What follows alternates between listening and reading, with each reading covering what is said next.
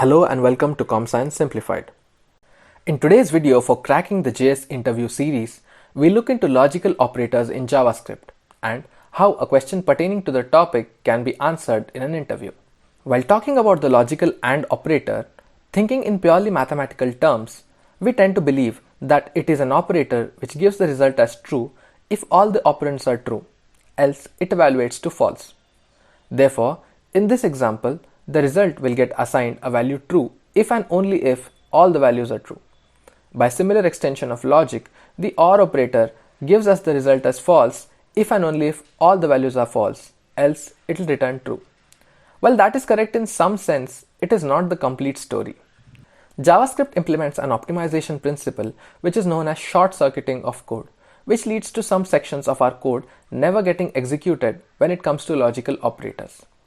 And it is imperative that we know about it.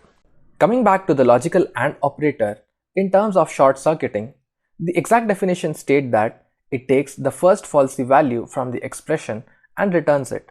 If none of the values are falsy, it returns the last value. That means, while executing this line of code, if the value of val1 turns out to be falsy, the rest of the expression, which is the later part, never gets executed. In other words, it gets short-circuited. The result is just assigned the falsy value held by the val1 variable and the compiler moves to the next line of code. An example of that behavior in action can be seen here. We are assigning the value false to val1 and the number 5 to val2. In the line assigning value to the result variable, we are using the logical AND operator and incrementing the val2 in the latter part of it. But from what we learned just now, as val1 holds a falsy value, the latter part of that code never gets executed and the value stored in val2 does not get incremented. If we console log the result and val2 on the next line, we see that it prints false and the value 5, not 6. Similar rules can be applied to the logical OR operator, where the definition states that it takes the first truthy value and returns it. If none of the values are truthy, it returns us the last value. Thus, if val1 is a truthy value in this case, the result is assigned that value and again the rest of the expression gets short-circuited. An example showing that can be created by tweaking the previous example.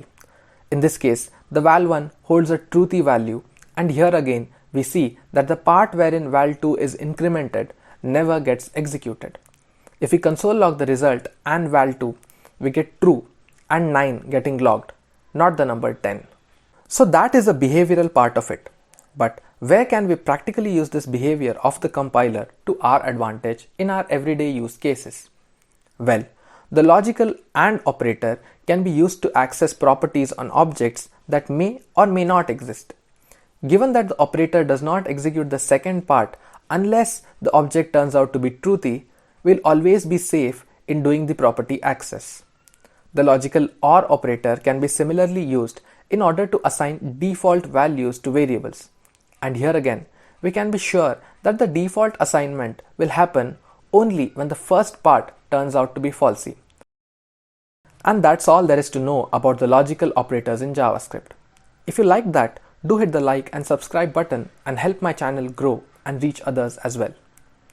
Also, check out my other videos on this channel and you'll surely find some useful info there. See you in the next one. Till then, don't forget to keep learning. Bye-bye.